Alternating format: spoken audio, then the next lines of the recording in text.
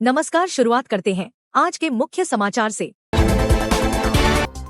Bahujan Samaj party की राष्ट्रीय अध्यक्ष और उत्तर प्रदेश की पूर्व मुख्यमंत्री मायावती ने भारतीय राष्ट्रीय कांग्रेस नेता और रायबरेली सांसद राहुल गांधी, समाजवादी पार्टी नेता और कन्नौज सांसद अखिलेश यादव एवं भारतीय जनता पार्टी के नेता हमीरपुर से सांसद अनुराग ठाकुर की बहस के बीच टिप्पणी की है। बसपा चीफ ने सोशल मीडिया साइट एक्स पर लिखा, कल संसद में खासकर जाति व जातीय जनगणना को लेकर कांग्रेस व बीजेपी आदि में जारी तकरार, नाटकबाजी तथा ओबीसी समाज को छलने की कोशिश, क्योंकि इनके आरक्षण को लेकर दोनों ही पार्टियों का इतिहास खुलेआम व पर्दे के पीछे भी घोर ओबीसी विरोधी रहा है। इन पर विश्वास करना ठीक नहीं। मायावती ने लिखा कि बीएसपी के प्रयासों से यहाँ लागू हुई ओबीसी आरक्षण की तरह ही राष्ट्रीय जातीय जनगणना जनहित का एक खास राष्ट्रीय मुद्दा, जिसके प्रति केंद्र को गंभीर होना जरूरी। देश के विकास में करोड़ों गरीबों, पिछड़ों व बहुजनों का भी हक, जिसकी पूर्ति में जातीय जनगणना की अहम भूमिका। दूसरी ओर प्रधानमंत्री नरेंद्र मोदी ने लोकसभा में दिए भारतीय जनता पार्टी के सदस्य अनुराग ठाकुर के भाषण की मंगलवार को सराहना की और कहा कि इसे अवश्य सुना जाना चाहिए। पूर्व केंद्रीय मंत्री ठाकुर ने अपने भाषण के दौरान विपक्ष के नेता राहुल गांधी के संबोधन पर राजनीतिक रूप से पलटवार किया। मोदी ने एक्स पर एक पोस्ट में कहा, मेरे युवा और ऊर्जावान सहयोगी अनुराग ठाकुर का यह भाषण अवश्य सुना जाना चाहिए। तथ्यों और व्यंग्य का एक सही मिश्रण है। इंडी गठबंधन की गंदी राजनीति को उजागर करता है।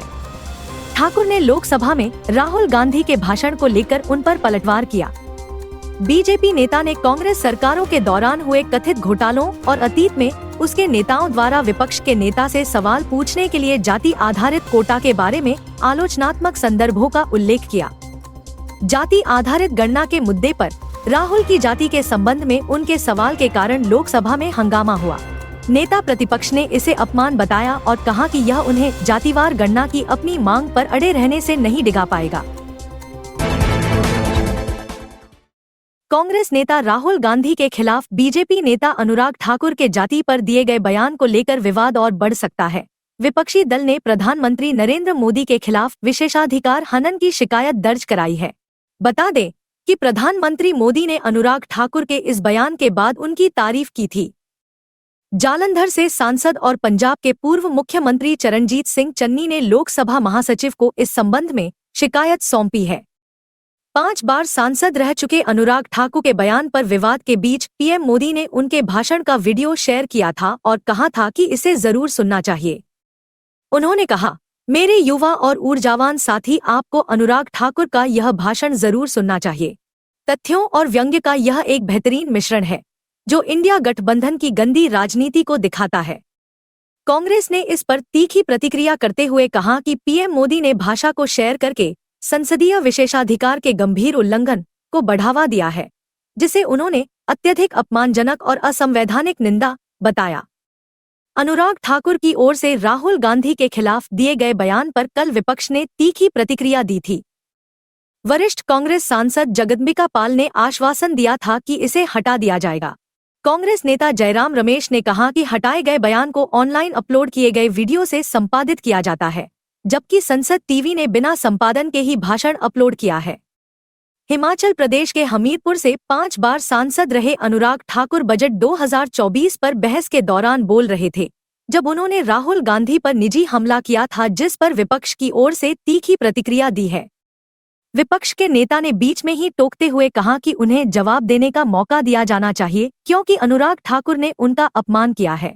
राहुल गांधी ने कहा, आप जितना चाहें मेरा अपमान कर सकते हैं, हर दिन करें, लेकिन यह मत भूलिए कि हम विपक्ष यहाँ जाति जनगणना पर विधेयक पारित करवाएंगे।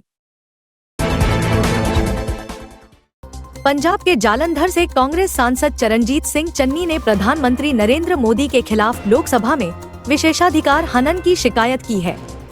उन्होंने लोकसभा अध्यक्ष ओम बिरला को पत्र लिखकर प्रधानमंत्री के खिलाफ सदन में विशेषाधिकार प्रस्ताव लाने की अनुमति मांगी है। चन्नी का कहना है कि केंद्रीय मंत्री और हिमाचल प्रदेश के हमीरपुर से बीजेपी सांसद अनुराग ठाकुर के भाषण की कुछ बातें लोकसभा की कार्यवाही से हटा दी गई थी, लेकिन प्रधानमंत्री ने हटाए गए शब्दों को भी अपने सोशल मीडिया प्लेटफॉर्म पर साझा किया है। कांग्रेस सांसद ने संसदीय कार्यवाही के नियमों का हवाला देकर कहा है कि प्रधानमंत्री ने ऐसा करके विशेषाधिकार का उल्लंघन किया है। लोकसभा की नियम पुस्तिका में विशेषाधिकार प्रस्ताव से संबंधित नियमों का उल्लेख है। नियम संख्या 222 के अनुसार कोई भी सदस्य लोकसभा अध्यक्ष की सहमति से किसी अन्य सदस्य, लोकसभा या किसी समिति के खिलाफ विशेषाधिकार उल्लंघन का प्रस्ताव ला सकता है। नियम 225(1) के तहत अगर लोकसभा अध्यक्ष विशेषाधिकार प्रस्ताव के नोटिस से सहमत होते हैं, तो वे सदन की कार्यवाही के दौरान नोटिस देने वाले सदस्य को प्रस्ताव लाने की अनुमति दे सकते हैं। सदस्य अपनी सीट पर खड़ा होकर प्रस्ताव के बारे में संक्षिप्त बयान दे सकता है। अगर लोकसभा अध्यक्ष ने नोटिस को अस्वीकार कर दिया, तो वे सदन में अपने आसन से अपना फैसला सुना सकते हैं और यह बता सकते हैं कि नोटिस ठुकरा दिया गया है। अगर नोटिस स्वीकार कर लिया जाता है, तो प्रस्ताव पर विचार होगा और आरोपों की जांच के लिए इसे विशेषाधिकार समिति के पास भेजा जा सकता है।